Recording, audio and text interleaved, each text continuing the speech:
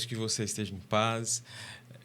Iniciamos mais um episódio do nosso podcast semanal Solution Hunters do Despertar, que tem o objetivo de trazer lucidez, que tem o objetivo de trazer pessoas da comunidade para ciclos de conversas, onde nós possamos discutir não apenas os problemas, mas discutir também formas de intervir positivamente nessas questões. Como é um podcast que nasceu esse ano, para quem não conhece, chegou agora, meu nome é Rafael Juliano, eu sou psicanalista clínica, eu faço psicanálise clínica, sociologia, sou produtor desse podcast Solution Hunters do Despertar. Então, seja bem-vindo, venha conosco nessa trajetória. Hoje, de maneira especial, antes de apresentar a nossa convidada, eu gostaria de deixar aqui uma espécie de uma pesquisa, né? A Lere Consultoria, de quem eu sou, né, o idealizador dessa experiência, está pensando em trabalhar junto com Leonardo Chalupa, um escritor vencedor do Jabuti, o maior prêmio de literatura do nosso país, e fomentar uma oficina de escrita criativa aqui no norte de Minas, no modelo híbrido, né? Seriam encontros presenciais e encontros também seria online. Pessoas de outros estados, outros lugares poderiam participar. Então, nós gostaríamos de saber, você pode entrar em contato pelo Instagram do podcast, pelo meu Instagram, né, onde eu faço discussões sobre psicanálise. Se você tem interesse em participar de uma oficina de escrita criativa robusta aqui no norte de Minas, mande uma mensagem para a gente que nós vamos oferecer isso como também uma plataforma de bem-estar, que é o objetivo da Lere Consultoria. Indo agora, né, ao nosso encontro de hoje, nós começamos uma discussão sobre a formação do ser humano. Tivemos com a Franceli falando sobre a infância, depois com o Paulo César falando um pouco sobre a adolescência, e agora eu trago a convidada muito especial, a Fernanda Cirino, docente em geografia. Eu vou pedir, Fernanda, que você se apresente de maneira mais orgânica, né? Quem é a Fernanda, docente em geografia, mestre, né? Isso. Rafael, eu sou graduada em Geografia pela Universidade Federal de Viçosa, fica na Zona da Mata, aqui de Minas Gerais. Também tenho um mestrado em Educação, um mestrado mais voltado para a questão ambiental, né? Como que a educação pode propor soluções para os desafios ambientais enfrentados. E vim para a sala de aula, sou docente da sala de aula, pensando nessas transformações, né? Como que os alunos eles podem propor soluções para estes desafios enfrentados no nosso dia a dia. Certo. Você já viveu vários modelos de educação, correto? Você já trabalhou em vários modelos de escola. Isso. De pública, privada, inclusive também em geografias diferentes, digo, em outros estados. Isso. Eu formei em Viçosa, aí eu lecionei em Minas, primeiramente na rede pública. Depois eu morei em Curitiba, no estado do Paraná. Lá eu também trabalhei na rede pública e particular, tanto para o ensino fundamental quanto para o ensino médio. E agora eu trabalho aqui em Montes Claros, em Minas Gerais, para o ensino médio na rede particular. Interessante.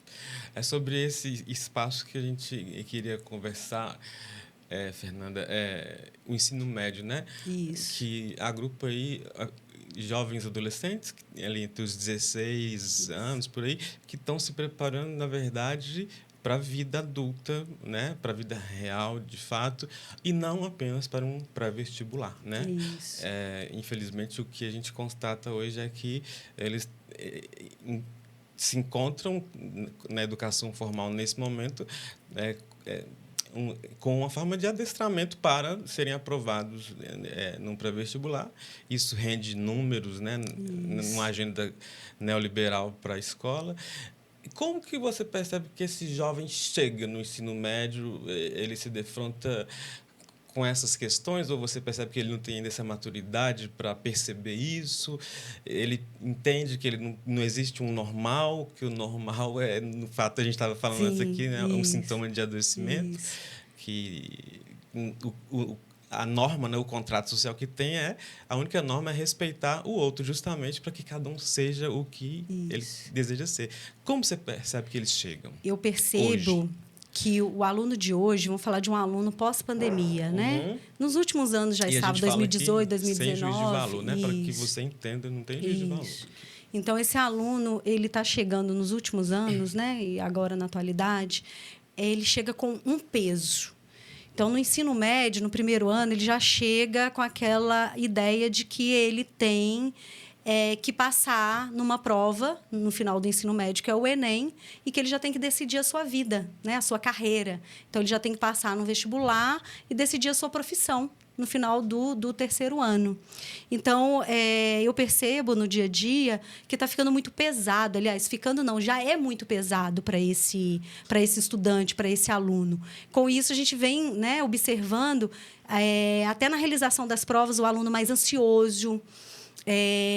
Na sala de aula, a gente percebe um aluno que ele tem esse peso, mas ele acaba ficando mais disperso.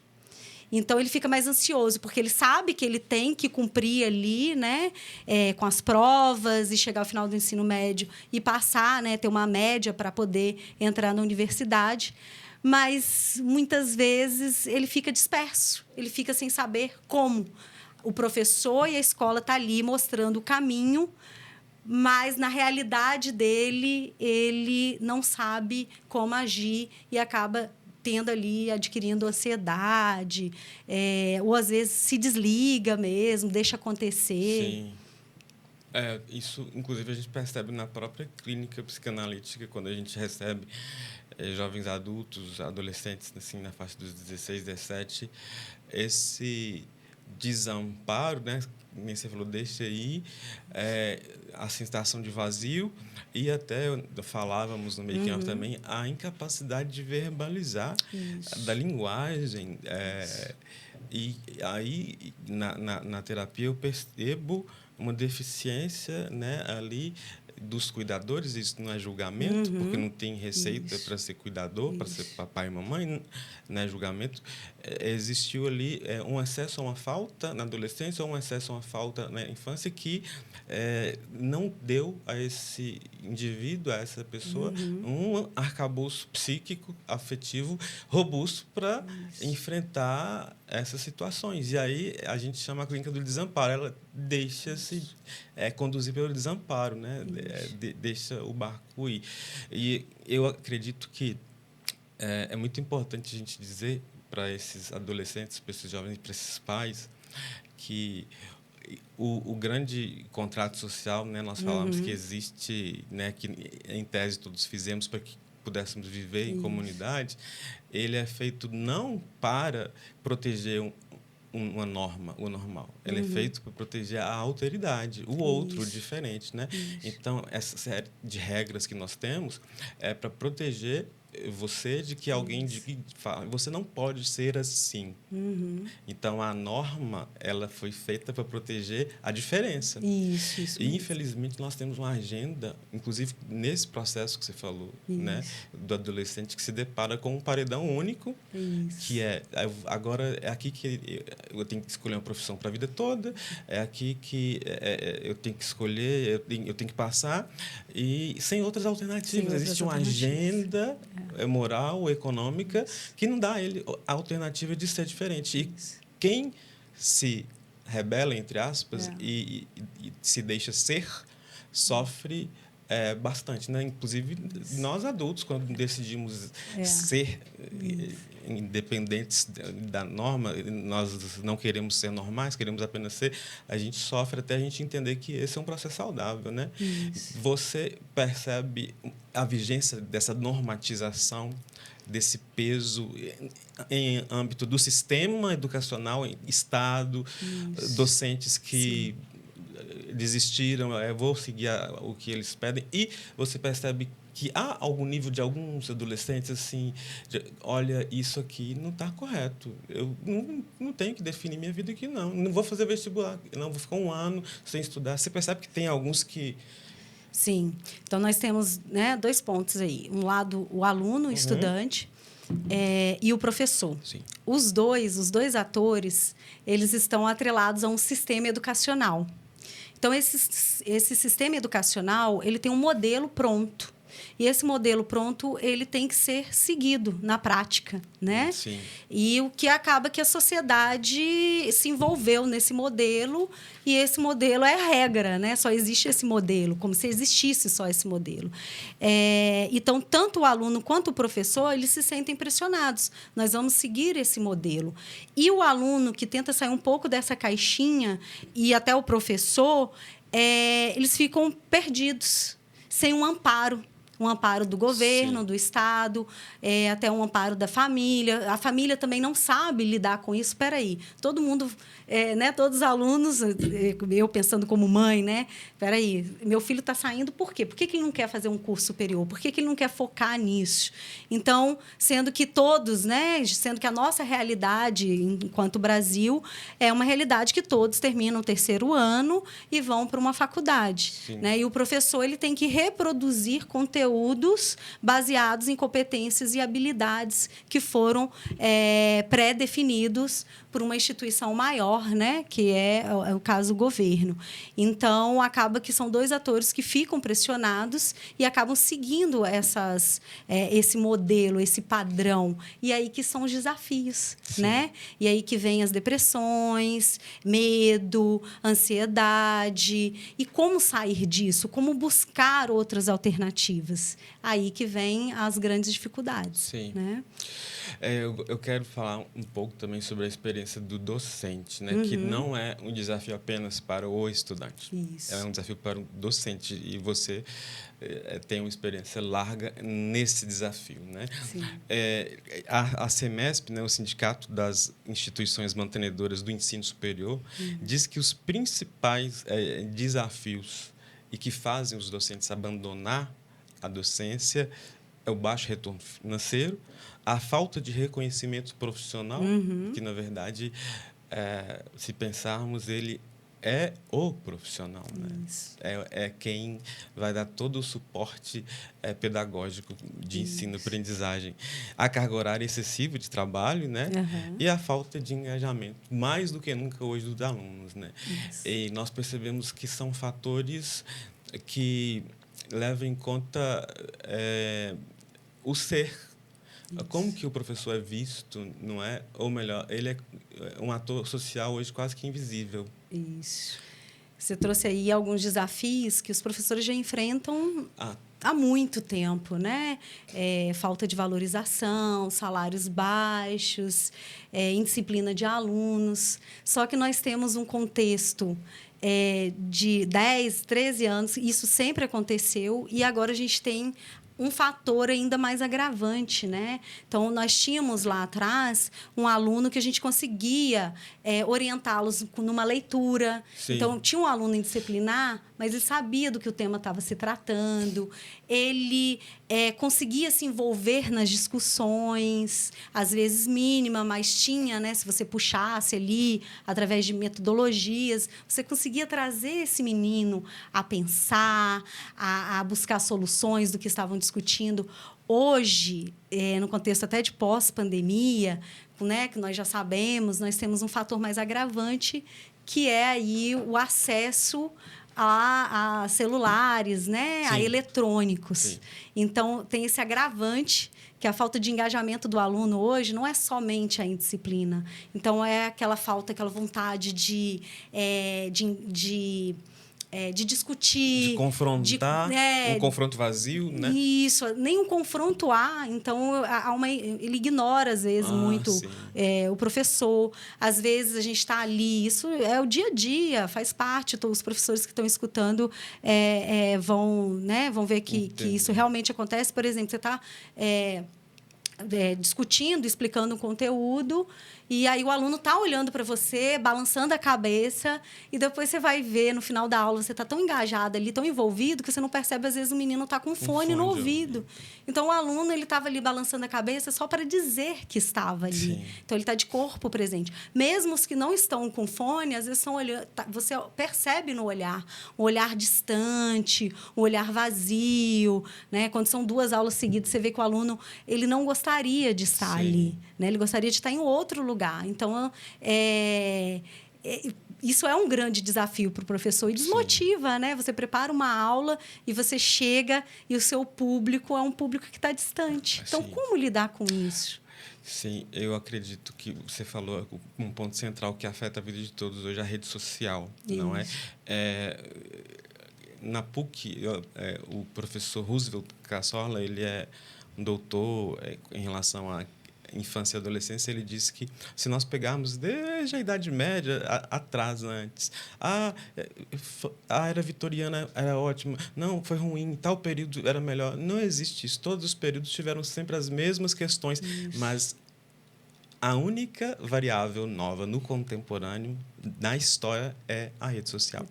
Então, ele foi nesse ponto assim, nevrálgico da questão, o que a rede social está trazendo para nós, sobretudo dopamina, né? Tem esse livro chamado Nação Dopamina, né?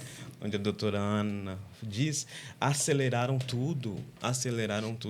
Quem se senta hoje para assistir um podcast desde 1 hora são pessoas da nossa geração. Isso. Então, o menino ele não aguenta 10 minutos de um vídeo. Ou melhor, 1 minuto. Por quê? Porque ele quer mais dopamina. Isso. E aquele vídeo já estimulou fisiologicamente o que já tinha que ter estimulado. Então, ele procura outra coisa. E isso faz parte da agenda da internet, né? Então, além dessas questões de indisciplina, de procurar... digamos assim, estimular essa dopamina fisiológica, muitos chegam a recorrer a o que está fora do corpo, né? Drogas mesmo. O número de toxicômanos assim aumentou drasticamente na clínica psicanalítica, as pessoas que vêm acompanhados de clínica de psiquiatras, sabe? Porque a rede social apressou tudo. Isso. Então, imagina para o professor que ele tem uma demanda ali de 50 minutos, né, de aula, e ele tem que prender a atenção desse aluno.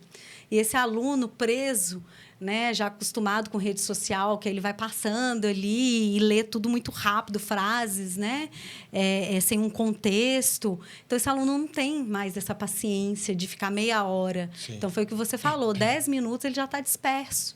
Então, é um desafio para o professor, por quê? Porque o professor é dito como chato, né? Ele já olha assim para você, ai, lá vem, né? Às vezes eu vejo assim a cara do aluno e falo, ai, meu Deus, estou me sentindo a chata. E aí a gente tem que trabalhar o nosso psicológico para a gente não se sentir como tal, né? Como aquele aluno está te enxergando. Então, por exemplo, tem dias que eu converso com meus alunos, gente, olha só, eu estou aqui por isso, vocês por isso. E eles, até muitos olham, sente aquela, né? Mas depois volta, ai, meu Deus.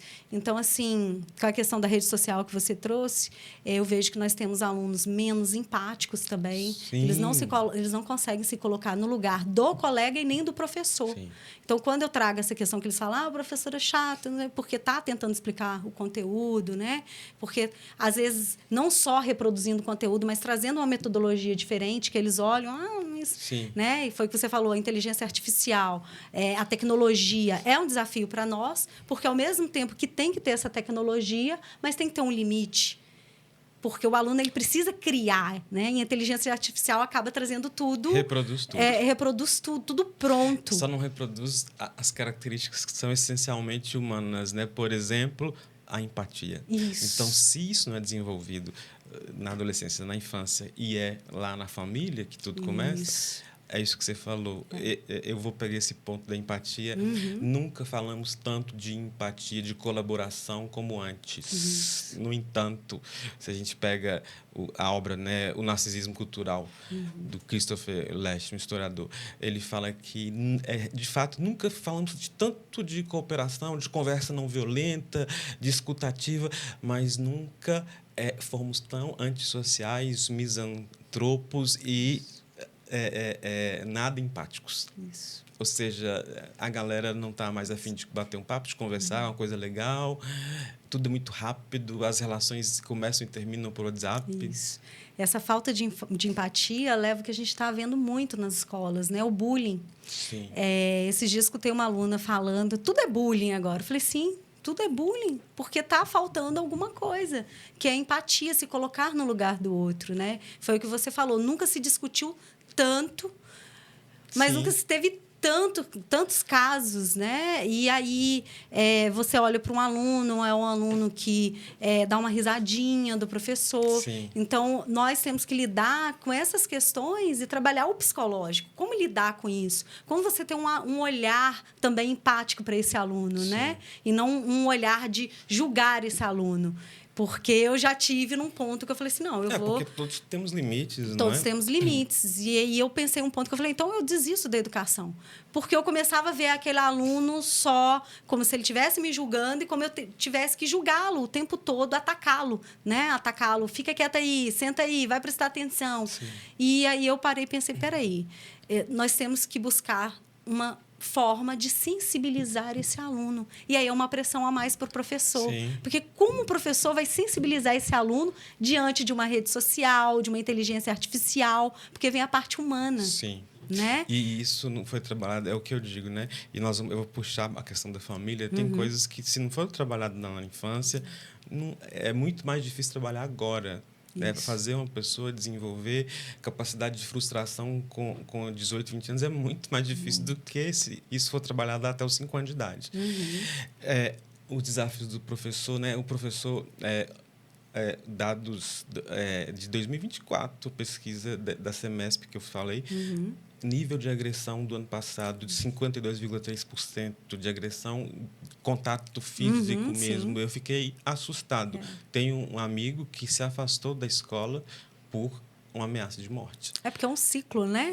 O aluno... ele não tem essa empatia com o professor, não são todos, lógico, né?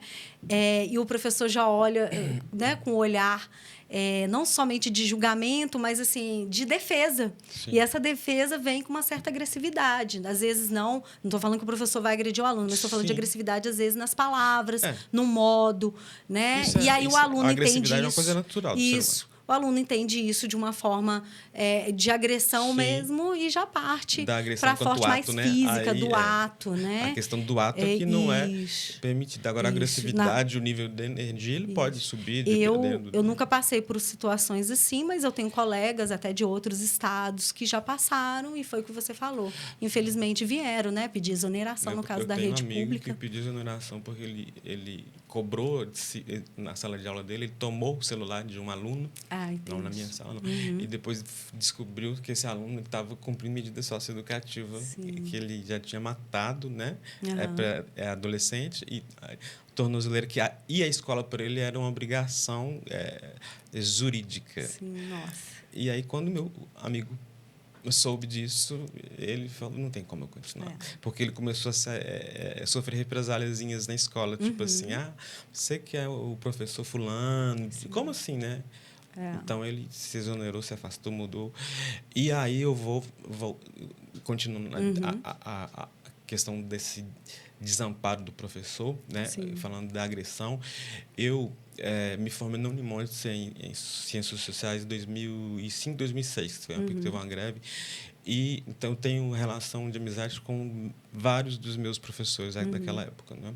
E outro dia nós saímos para... né? Outro dia, nós já temos um tempo para conversar, bater um papo na casa de um deles. E antes, o ensino superior, na minha época de docente, era assim, a menina dos olhos de ouro de qualquer professor, qualquer docente gostaria de ensinar na universidade, sobretudo na universidade pública, não é?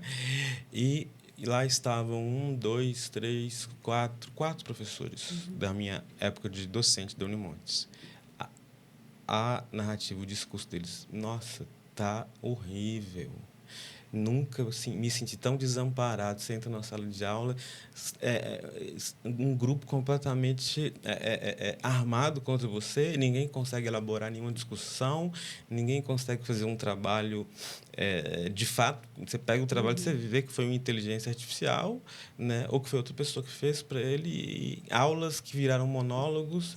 E na minha época era maravilhoso. Nós imaginamos ciências sociais, né? Discussões amplas, e nem o ensino superior foi poupado disso. Ou seja, porque esses alunos dos quais você está falando, eles já saem com a obrigação de ir para o ensino superior. Então, eles vão chegar lá, sim, dentro desse sistema, não é? E levando a superficialidade, né? Que é a Sim. falta do embasamento teórico, da leitura, dessa compreensão de mundo. Então, para você ter uma visão de mundo e compreensão, você tem que vivenciá-lo e fazer uma leitura, uma interpretação, né? Eu acho melhor falar primeiro da sua experiência, depois eu quero puxar um link com a família.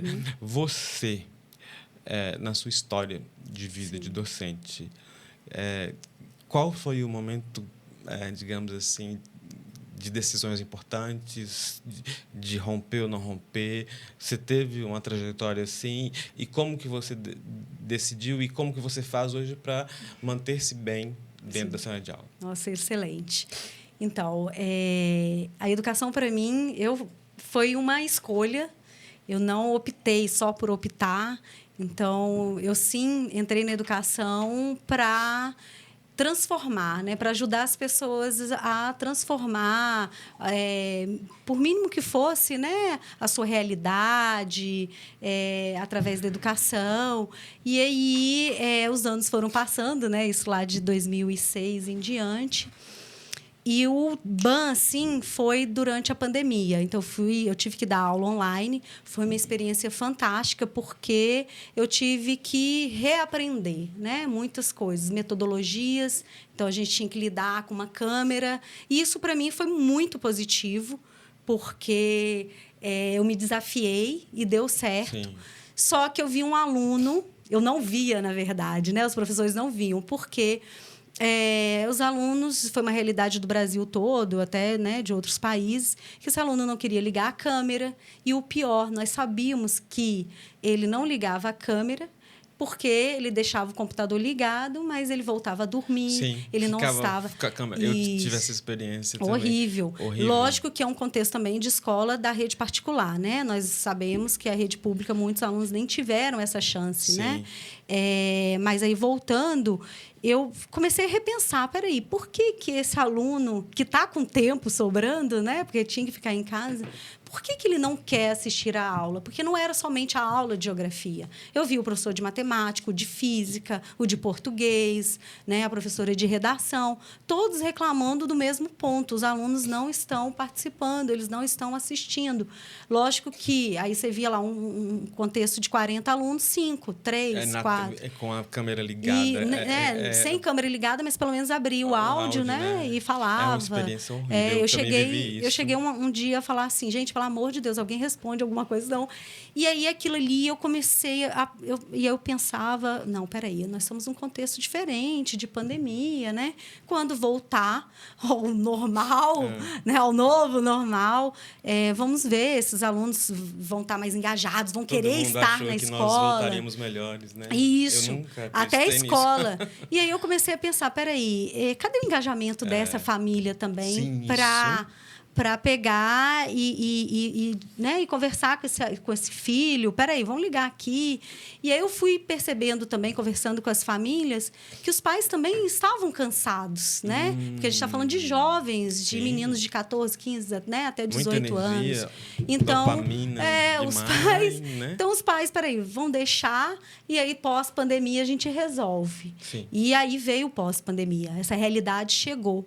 E aí chegaram alunos que eles foram reproduzir o que eles estavam fazendo no quarto deles em sala de aula, que é chegar às 7 horas da manhã, ótimo, chegavam, mas que é dormir, né? O professor ir lá, peraí, vão acordar. Então, ele queria dormir em sala de aula, ainda querem, né? Querem comer a hora, qualquer horário, porque eles faziam isso no quarto Sim. deles, né? Então, dormir, comer, falar a hora que quiser, né? Sem um contexto ali, trazer memes e falar as besteiras, sem né? Ter um embasamento ali para o diálogo, para a conversa, do conteúdo em si.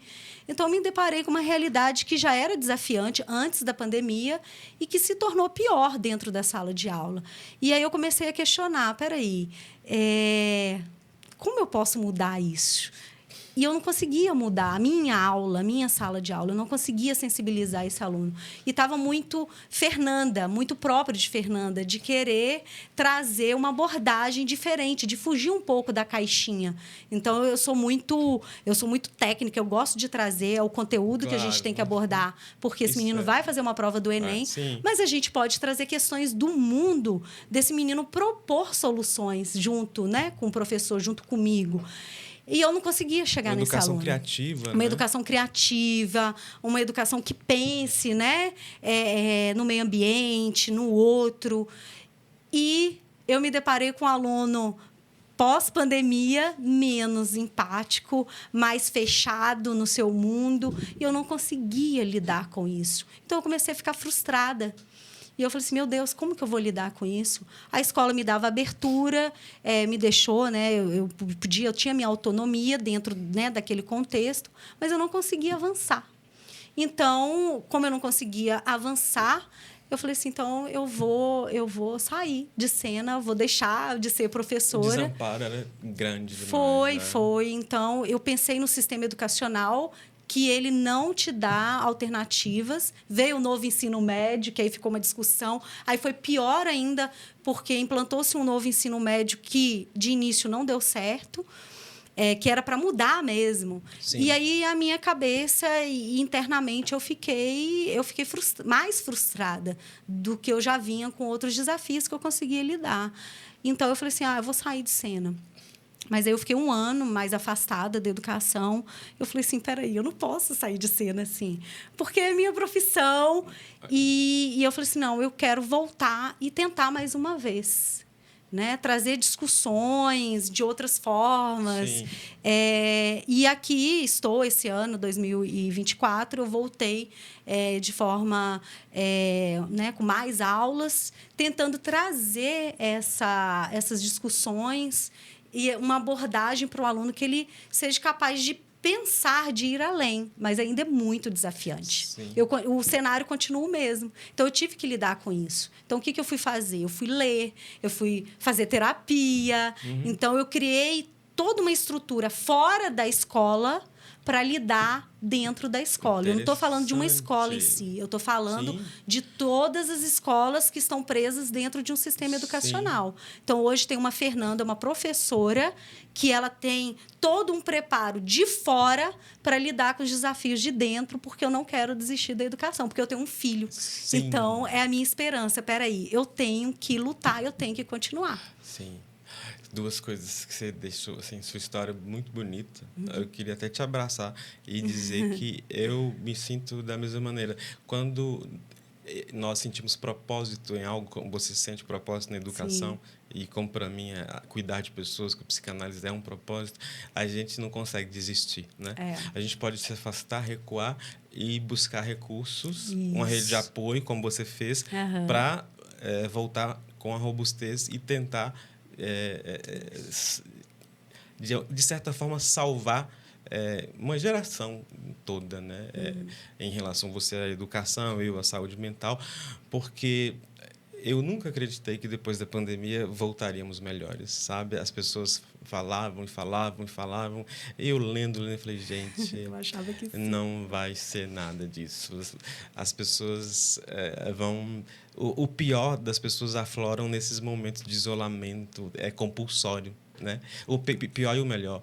Então, nós percebemos que nós temos, falando agora de uma juventude muito adoecida, e aí eu puxo o gancho da família, né?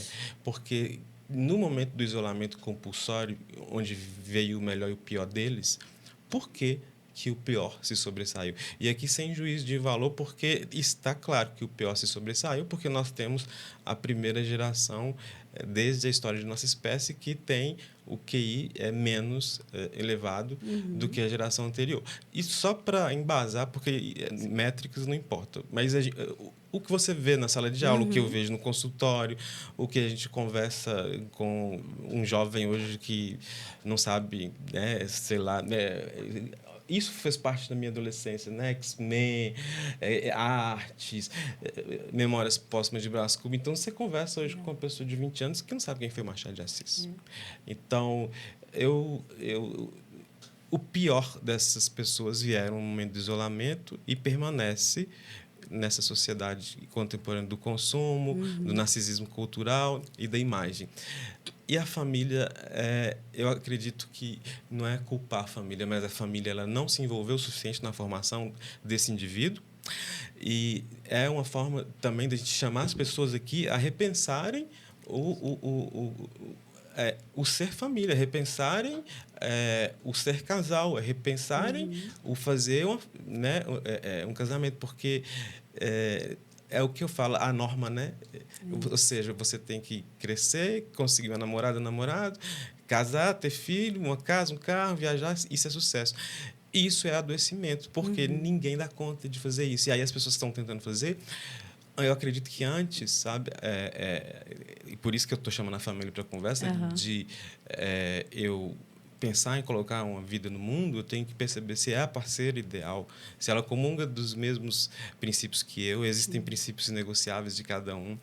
E muitas pessoas entraram no fluxo e estão apenas reproduzindo seres humanos. E na hora, na infância, que precisa do pai e da mãe para se sustento, para fazer manejo, para ter um sistema psicoemocional, físico saudável, para desenvolver linguagem, os pais estão ausentes. Hoje, videogame, são uns vídeos no YouTube que eu estava vendo outro dia, TikTok. assim, completamente ausentes. Então, estamos formando adolescentes e jovens adultos sem os princípios da realidade, que é frustração e insatisfação. Eles só sabem o que é satisfação, porque o que se vê na sociedade do espetáculo é só satisfação. Você já viu alguém postando no Instagram um velório? Ninguém posta. Então, o que você acha? Assim, eu não quero culpar, mas eu quero envolver, porque culpa não leva a nada. Isso. Responsabilidade é uma coisa mediada por um tempo, um acordo. Mas envolvimento é algo que, se a pessoa se envolve, é para a vida toda, como você se envolveu com educação e eu com saúde mental. A família, como trazer esses pais, esses cuidadores para essa discussão, né? Nós estamos querendo fazer um talk show justamente com esse objetivo, mas uma areiazinha no meio da praia, né? Um grão de areia. E eu acredito nesses grãos de areia, se não houver... A família, sua experiência, o que você acredita? Então, nós temos que trazer as famílias, né, até para dentro das escolas. Eu vejo que muitas escolas, até as que eu trabalho, estão buscando isso, um envolvimento maior. Mas é um desafio, eu vejo, até como mãe, um desafio para os próprios pais. Como chegar nesse adolescente, nesse jovem?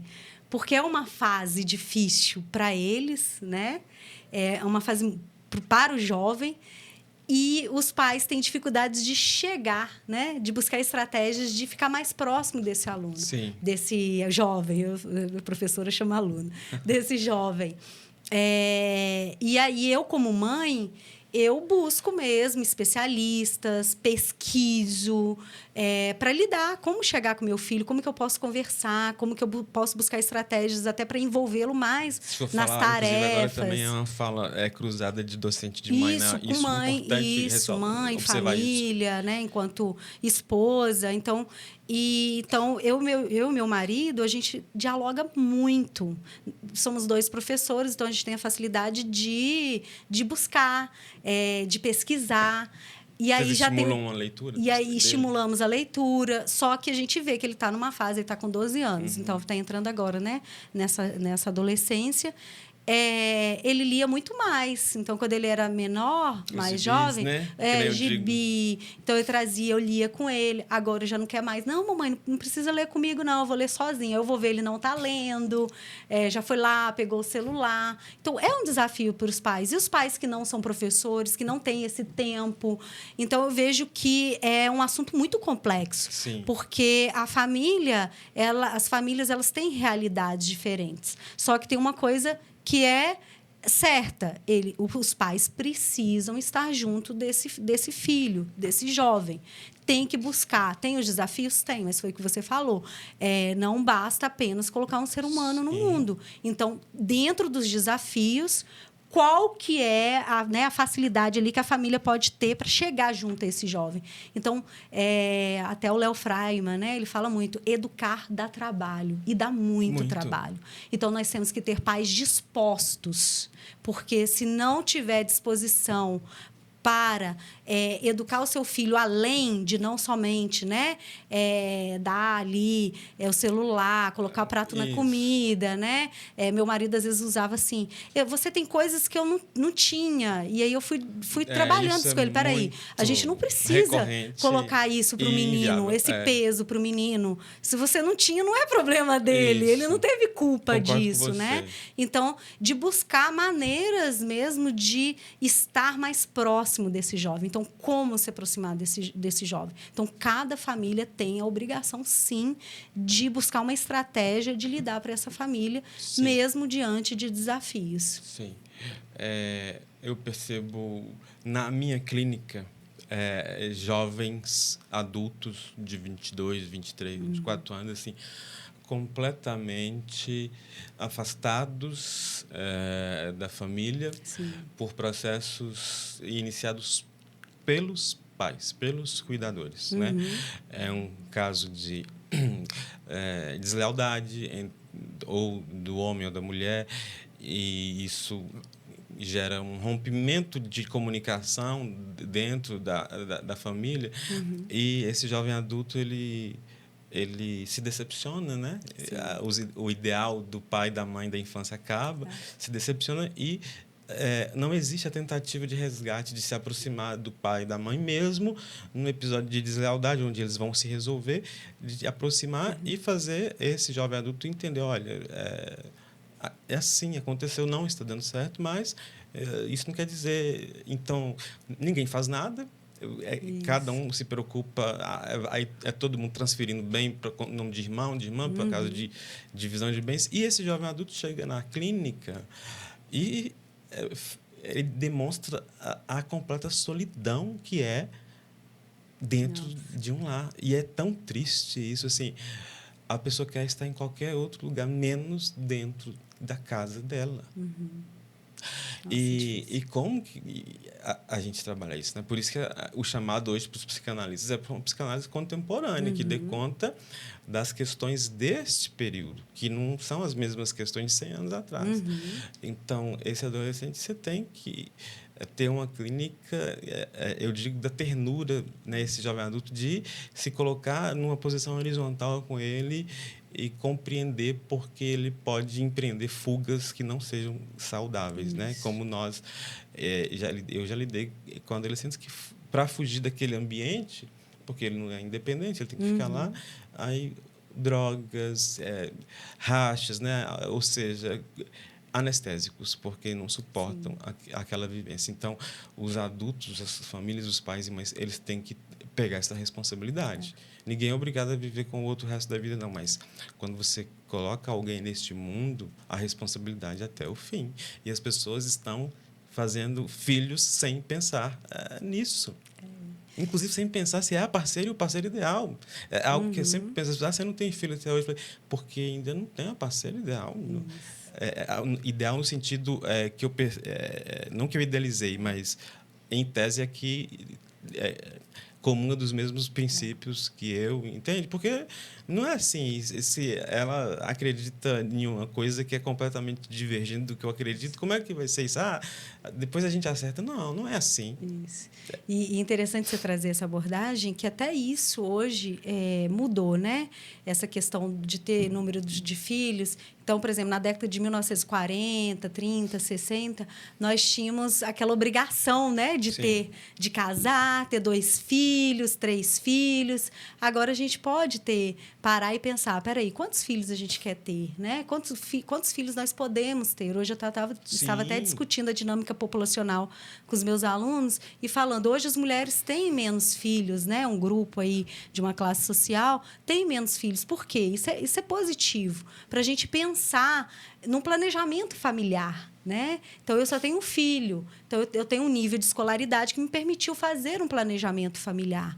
Então, o planejamento familiar é importante para isso, para a gente decidir a quantidade de filhos de acordo com o trabalho que a gente quer ter, né? Sim. Então, eu optei por ter um filho porque eu sei que dá muito trabalho e eu tô ali com a minha energia tentando trabalhar temas que eu acho importante, né? Educação. Então, isso é importante, né? Esse planejamento para a gente, enquanto pais, a gente ter uma estrutura para lidar com isso, né? Com os desafios atuais, que são muitos, né? Muitos. O Winnicott, Donald Winnicott, um psicanalista inglês, ele estudou, psicanalista e pediatra, ele estudou 20 anos a infância e a adolescência, e ele cria uma teoria que chama desenvolvimento maturacional, e ele fala que o primeiro evento que inicia a existência de um ego, de uma existência, é o desejo de um casal. Sim. O planejamento de um casal. Então, um filho planejado, desejado, ele vai ter uma robustez psíquica muito mais encorpada do que... Opa! E agora? Nossa, vamos reformar a casa de urgência. Muito mais uma robustez psíquica, emocional, do que aquele que veio de surpresa, aquele que, enfim, ninguém estava esperando. Isso, ele estudou 20 anos e, de fato...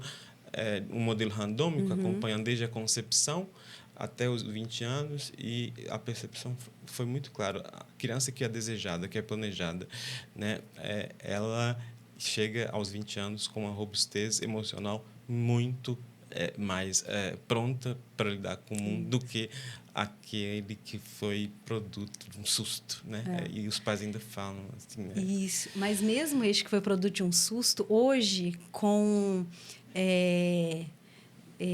acesso às informações, dá para... Peraí, não foi planejado, mas vamos buscar alternativas. Peraí, como lidar, né? E aí que fala... Os pais têm que ter essa consciência de que ter filho, planejado ou não planejado, ele dá trabalho. Sim. E ele deve ser, sim, né? Buscar estratégias para poder educar esse menino. E é tão gostoso, né? Sim. Porque às vezes a gente fala, dá trabalho, é uma coisa tão forte. É só uma forma de não idealizar demais, né? Mas de dizer que é um investimento. É um investimento, emocional. Dá trabalho, é gostoso, porque, né, é uma troca ali de amor, é seu filho, e ele vai chegar na escola também mais preparado, né, para lidar com os desafios da escola, para lidar com um colega que pensa diferente, é importante, né? Então tem muitas variáveis aí, é um assunto bem isso bem que complexo. você falou é bom para deixar claro que assim o filho na filha que não é desejado não é um caso perdido, não é isso, né? Se o casal percebeu que, veio, não planejamos mais, nós estamos prontos, queremos, nós vamos dar o sustento e o manejo, né, para ele encarar a frustração e a insatisfação. É isso que é importante. E o problema é que muitos casais não reconstroem a narrativa, né? Você falou tudo, né? De reconstruir essa narrativa. Agora, falando assim, em termos de... Nós sabemos que, né, nós somos... Eu falo que nós, Solution Hunters, nós somos né, caçadores de soluções, né? E nós não temos uma solução rápida, única para essa questão que envolve a educação formal no Brasil, não é? E você, observando tudo de tão perto, vivendo tudo de tão perto. Você acredita que o posicionamento do Estado está longe de mudar, que essas mudanças, de fato, vão vir do despertar da lucidez de cada docente, da capacidade que ele tem de trabalhar no universo micro e despertando 1, 2, 3 alunos, e isso vai se multiplicando? Porque a minha impressão é essa, está longe do Estado fazer qualquer coisa diferente do que ele faz hoje. Isso, encarando a realidade, é isso. Está muito longe do Estado enfrentar a realidade e fazer uma mudança radical, que deveria ser. Então, eu vejo que é isso mesmo. São professores, direção, indo buscando estratégias, né? Micro, ir trabalhando ali, até que junte um conjunto maior, né? E que a gente consiga realmente não chegar até o Estado, né? O Estado que eu falo, não somente a União Federal, mas o governo estadual, o municipal, e a gente realmente fazer as mudanças que precisam. Então, o Estado ele precisa incorporar professores, direção que estão no batidão, que estão ali no dia a dia, no seu governo, para não propor, para mostrar a realidade como ela é. Sim. E propor soluções que realmente funcionem, né? Então, assim, nós vimos que o novo ensino médio ele já entrou com muitos problemas, com muitas defasagens. Então, são propostas realmente que irão funcionar. Como o quê, por exemplo? Né? Então, por exemplo, foi proposto... Ele não entrou em vigor, né? Ele entrou em vigor, agora ele está parado, porque nós tivemos aí uma realidade muito diferente do que é o ensino particular e o ensino público.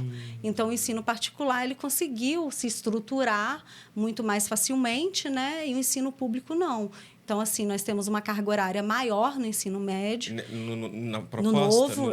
No novo ensino médio. Do que mudou, principalmente, então, nós temos uma carga, o público não conseguiu sustentar. Então, nós temos uma carga horária maior, né?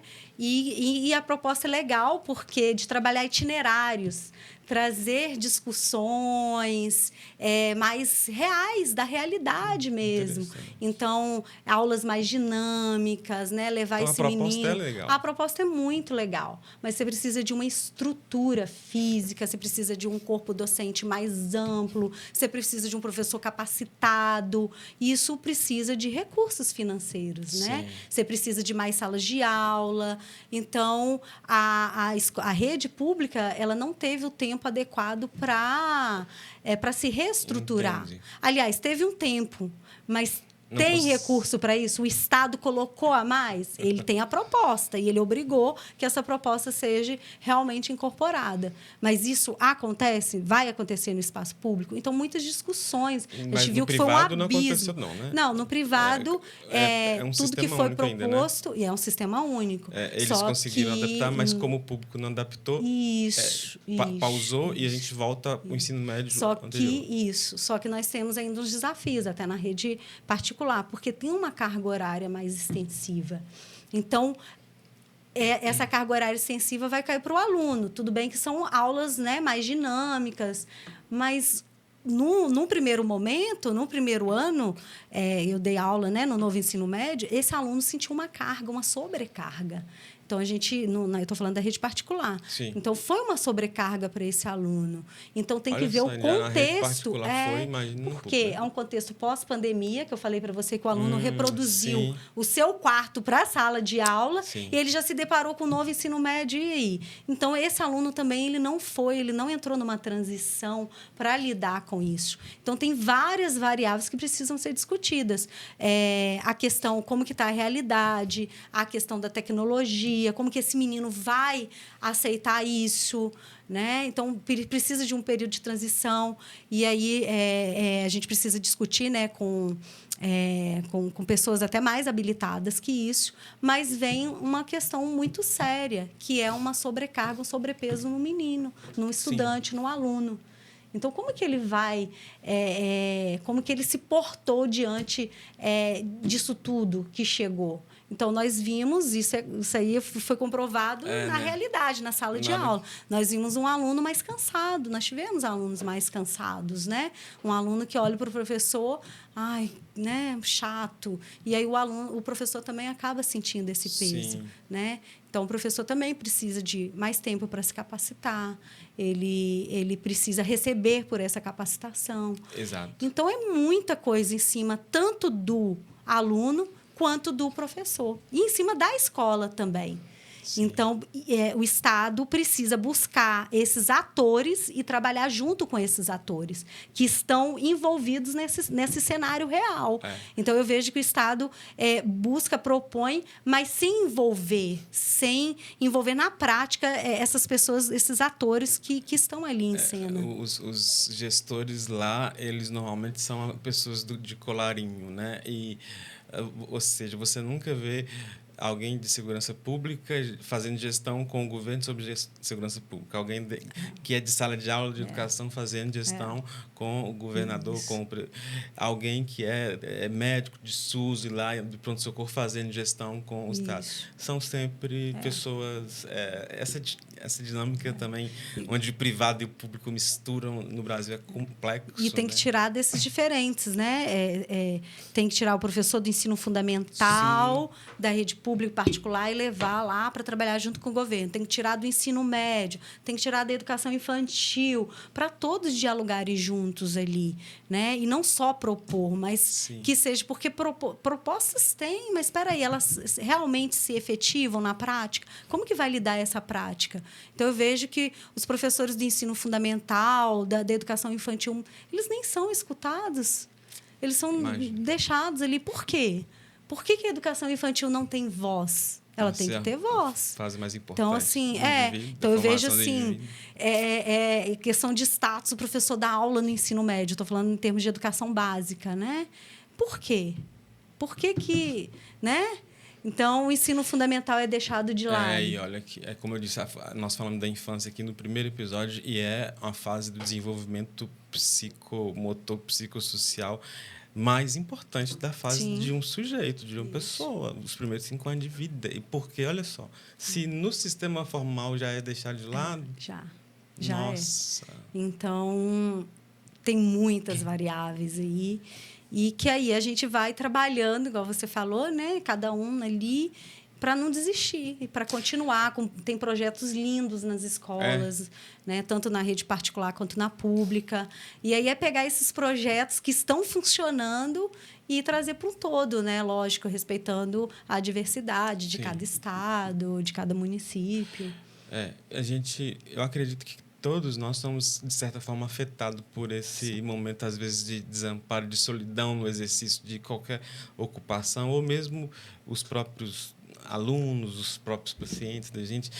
Mas eu ainda acredito que são essas possibilidades de criar em pequenos grupos que podem fazer uma diferença lá na frente. E que dá esperança para a gente continuar. E que dá esperança para a gente continuar. São os melhores dias, talvez, quando você está implementando um projeto e você tem um público voluntário de alunos ali de leitura, por exemplo, ou algo que vai estudar geografia amparada pela sustentabilidade ambiental, né? Num projeto seu, e você tem alunos voluntários ali. Então, que sejam 2, 3, 4, isso é que move a gente, né? Talvez são os dias mais felizes do nosso fazer, porque o que é compulsório é compulsório, então não faz muito movimento na nossa energia, mas quando a coisa é voluntária e você vê a gente chegando, eu acredito muito que é criar, nós temos que criar. Isso. Você me fez lembrar aí desses dias, abriram as inscrições para Olimpíadas Brasileiras de Geografia. Aí, eu olhando, né, o edital, eu falei assim, acho que ninguém vai querer, porque os alunos não estão nem aí para geografia. Eu só pensei, lógico, não reproduzi isso, e aí, um dia, eu fui para a sala de aula e um aluno do primeiro ano do ensino médio falou assim, professora, e aí, você não vai falar nada sobre Olimpíadas de Geografia? Nossa. Aí eu falei assim, você quer? Ele falou, eu quero, eu gosto muito de geografia. Eu já vi o interesse dele participando. E aí eu falei assim, mas nós temos que ter mais alunos. E aí, conversando com os meninos, né, meninos e meninas, e aí apareceram mais 3. E a gente precisava de uma equipe com 3. Aí já apareceram, foram 4 no total. E aí, até hoje de manhã, dando aula, e ele trazendo as questões, eu resolvendo as questões, eu vi né, uma empolgação. Eu falei assim, peraí, eu vou ter que trabalhar com esse aluno. E tinham outros que estavam querendo dormir, eu ali tentando acordar, tira o fone de outro, mas tinha aqueles 4 ali que estavam realmente querendo. Então, hoje eu pensei assim, eu vou focar, lógico, nessa sala de aula específica, eu vou focar em todos. Mas eu tenho que trazer bem para pertinho de mim esses 4. Nossa, né? que fantástico. É então, isso aí, essa esses capacidade 4 de percepção. e esses 4 me deram um impulso que eu preciso, eu não posso desistir dos outros. Isso vai ser a escolha deles. A minha escolha não é desistir deles, né? Mas isso, eu, professora Fernanda, eu tenho uma rede de apoio por fora, Sim. eu tenho várias estratégias que me dão esse entusiasmo de continuar em sala de aula. E eu sei que muitos dos meus colegas, a maioria deles não tem. Sim. Então, eu dou aula só na parte da manhã. Então, quando eu reestruturei lá atrás, em 2022, eu falei assim, peraí, eu tenho que buscar uma maneira de continuar com entusiasmo, de buscar projetos, né? Que é aquilo que você falou. Sim. A gente tem que trabalhar no micro, porque já que eu não consigo mudar o sistema, e a minha crítica é em relação ao sistema, Sim. mas eu tenho que buscar outras estratégias. Então, eu tenho toda uma estrutura de fora que eu consigo fazer e olhar e ter essa percepção com esses alunos. Então, eu vejo que os professores, muitos, ficam presos, né? Não somente ao sistema, ao Sim. lidar com o seu dia a dia. Tem professores que trabalham de manhã, de tarde e à noite. Sim. Tem que trabalhar. Porque ele tem uma família fora da sala de aula, né? Então, tem mais esse desafio também. Pensando já aqui, para a gente dar essa pausa no ciclo de conversa, depois Sim. a gente vai continuar até com a Shirley, né? Ótimo, uma amiga próxima. Nós começamos falando sobre isso e agora vamos para o fim, também com essa curiosidade que me veio, a sua rede de apoio que você criou. Eu também criei minha rede de apoio num momento de grande desesperança com né,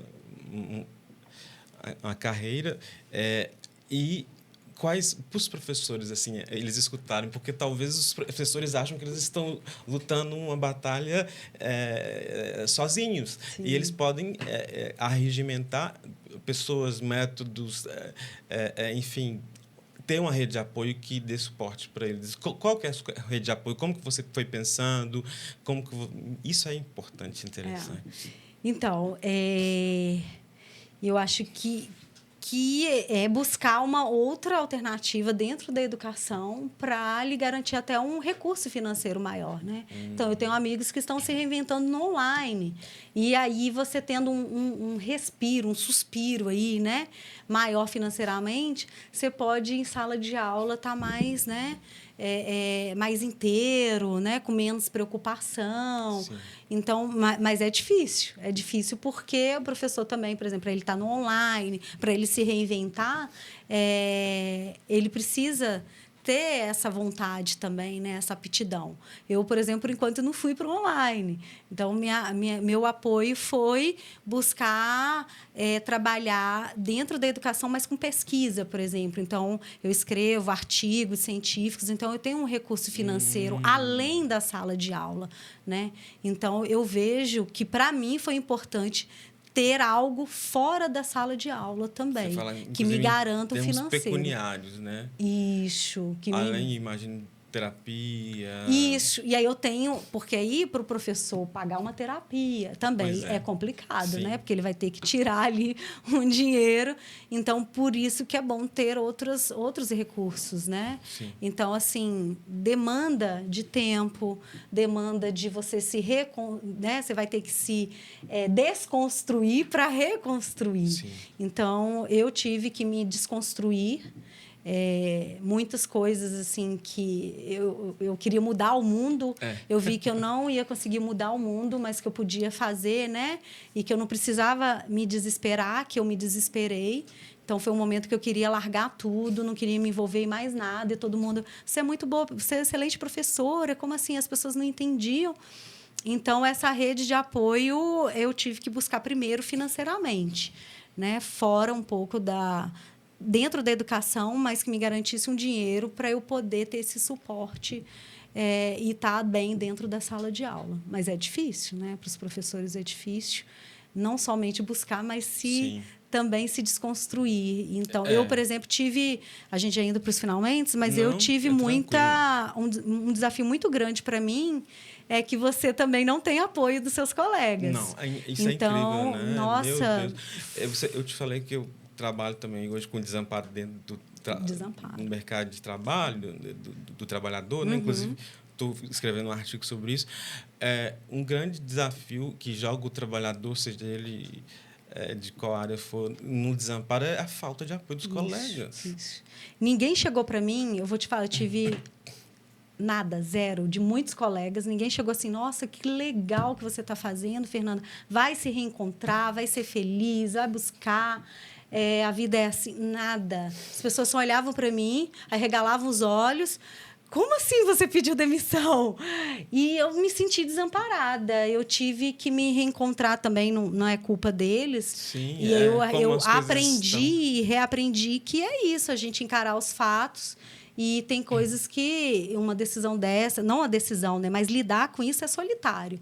Então, as pessoas também, os professores, eles precisam estar preparados e precisam ser mais empáticos, né? A gente fala dos alunos, Sim. mas muitos só pegaram o dedo e colocaram no meu rosto. Peraí, você está numa escola que todo mundo gostaria de estar e você pede demissão? Aí eu pensava, mas a educação não está legal. Por que eles estão falando isso? Então, eu me achava como se eu fosse a errada, como se estivesse tudo muito bem na rede particular e não está. E não está bem. A gente vê, né, professores pegando atestado, burnout, professores tristes, arrastados. Eu olhava para aquele contexto e eu falava assim, um contexto como um todo, não somente dentro da sala de aula. Eu não quero me arrastar. Hoje não é romântico, né? Não é uma coisa romântica só pensar, eu quero qualidade de vida. Então, eu pensei assim, eu quero estar bem no meu trabalho. Eu quero estar bem na sala de aula, eu quero estar inteira. E aí, muitos me falaram que você está sendo romântica, isso não existe. Eu falei assim, existe sim, eu vou ser uma professora feliz. E aí, lógico, foi um ano muito difícil que eu tive que lidar com esses desafios e consegui lidar. E hoje eu sou uma professora feliz, mas sabendo dessa realidade que a gente lida todos os dias. Tem dia que eu chego em casa triste, não porque o aluno me desrespeitou. Que nas escolas que eu trabalho hoje eu não tenho isso. O aluno não me desrespeita, não me xinga. Só que eu vejo o aluno dormindo, eu vejo um aluno com fone, um aluno com celular que eu tenho que ficar toda hora mandando guardar. A minha aula ela não caminha, o conteúdo. Então, estes desafios me desmotivam, mas eu sei lidar com eles hoje. E eu sei que eu ainda vou ter que lidar muito, né? Mas hoje eu, Fernanda, consigo, sozinha, falar assim, não, eu sou capaz, essa é a realidade, é difícil, mas bola para frente. E aí, dialogando com as coordenações, a gente vai caminhando. Eu acredito que esse é o caminho. Os colegas, né, eles são um foco de sofrimento no mundo do trabalho, porque aí entra uma questão importante, retroalimenta o sistema na medida em que eles entram para o sistema. É isso mesmo. E em casa, como é que são com os filhos, né? E aí é esse filho que chega também para a gente, para a educação depois, ou na clínica da psicanalítica, ou seja, qual for. É algo que é muito solitário, mas quando a gente consegue assinar essa agora é a Fernanda Cirino. E aí entra aquela coisa da anticarreira, né, que nós falamos. Né? Eu também eu faço isso, né, oficina de escrita criativa, porque você busca também energias de outros lugares, né? Escrever artigo, por exemplo, você falou, deve te dar muito prazer, né? Isso é importante. Essa rede de apoio tanto pecuniária quanto emocional, ela é muito importante. Tem uma palavra que eu gosto muito, assim, que eu gostaria de deixar para os meus colegas. Coragem. Fala para eles, então. Coragem para enfrentar o sistema, coragem para buscar outras alternativas, coragem para se reinventar. Isso mesmo, Fernanda. Eu agradeço muito por Eu que você agradeço. ter aceito o convite. Foi uma conversa muito gostosa, muito lúcida. Eu percebo muito aqui a realidade posta, né? E a gente lidando com nossas frustrações e satisfações diante do que é real. E eu acredito que a criatividade que pode mudar isso vem de primeiro encarar a realidade, é essa, né? Isso, Então você trouxe isso de maneira muito fática nessa discussão sobre juventude e a escola formal, né? Agradeço bastante. E a casa é sua, se quiser voltar, né? Nós Sim, devemos fazer ótimo. novos convites. Ótimo, perfeito. Eu que agradeço. Muito obrigada, foi uma experiência muito boa. É a primeira vez que eu estou falando assim abertamente, né? Sim. Até sobre essa fase que eu passei. Então, para mim foi muito importante, porque é uma libertação. Falar, relembrar por essa fase que eu passei, que foi difícil, mas agora eu estou falando de uma forma leve, que para mim agora eu entendo que faz parte dos ciclos da vida, Sim. né? E que trabalha isso, gente, a gente se reinventar e buscar, né, outras alternativas. Sim, e aí quando você fala, alguém, qualquer que seja, né, isso da psicanálise húngara, você tem testemunho do que você viveu, que você testemunhou para mim, para centenas, milhares de pessoas, você chega no ponto, no ápice, né, que assim, agora escutaram a minha história, então, de fato, ponto final, é outro momento. O testemunho desses nossos passos, eles são importantes. E eu testemunhei aqui e foi muito gostoso escutar a sua história, viu? Ai, obrigada. Eu que agradeço. Vou terminar, eu vou te deixar um dos meus livros. Esse foi o primeiro livro que eu escrevi, Frágeis Esperanças. Acredito, é um livro de contos. Foi lançado na Bienal de Minas de 2014. Depois escrevi uma ficção e estou escrevendo outra. Eu sempre deixo de lembrança, espero que você goste. Eu vou ler e te retorno. Sim.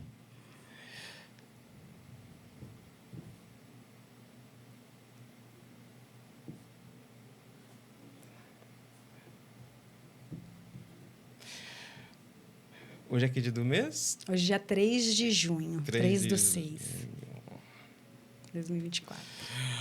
Espero que você goste de ler. Muito obrigada. Por nada, viu? Foi um prazer te receber aqui, viu? Estamos aí na luta também. Isso, vamos continuar. Como formiguinhas, isso. E você, desejo que aprecie, né, o conteúdo. Convido você para uma oferta generosa. Se você acha que esse conteúdo pode ajudar alguém, compartilhe com essa pessoa, com esse professor, com essa mãe, com esse pai, para que nós possamos multiplicar a intenção de despertar, de tratar com mais lucidez a educação da nossa juventude. Agradeço muito a todos. Lembrem-se que a Lera está em pesquisa, sabendo se existem pessoas no norte de Minas que desejam ser alunos de uma oficina de escrita criativa. Quem escreve, quem gosta de escrever, quem pretende lançar um livro, quem já lançou, né? Eu e o Leonardo Chalub, de Belo Horizonte, vamos preparar essa oficina de escrita criativa mediante a demanda pela plataforma Lera Consultoria. Ficamos por aqui, nesse episódio tão gostoso que a Fernanda nos proporcionou com sua presença. Espero que você possa aí curtir, comentar, enfim, interagir conosco. Até semana que vem, solucionando o despertar. Muita paz.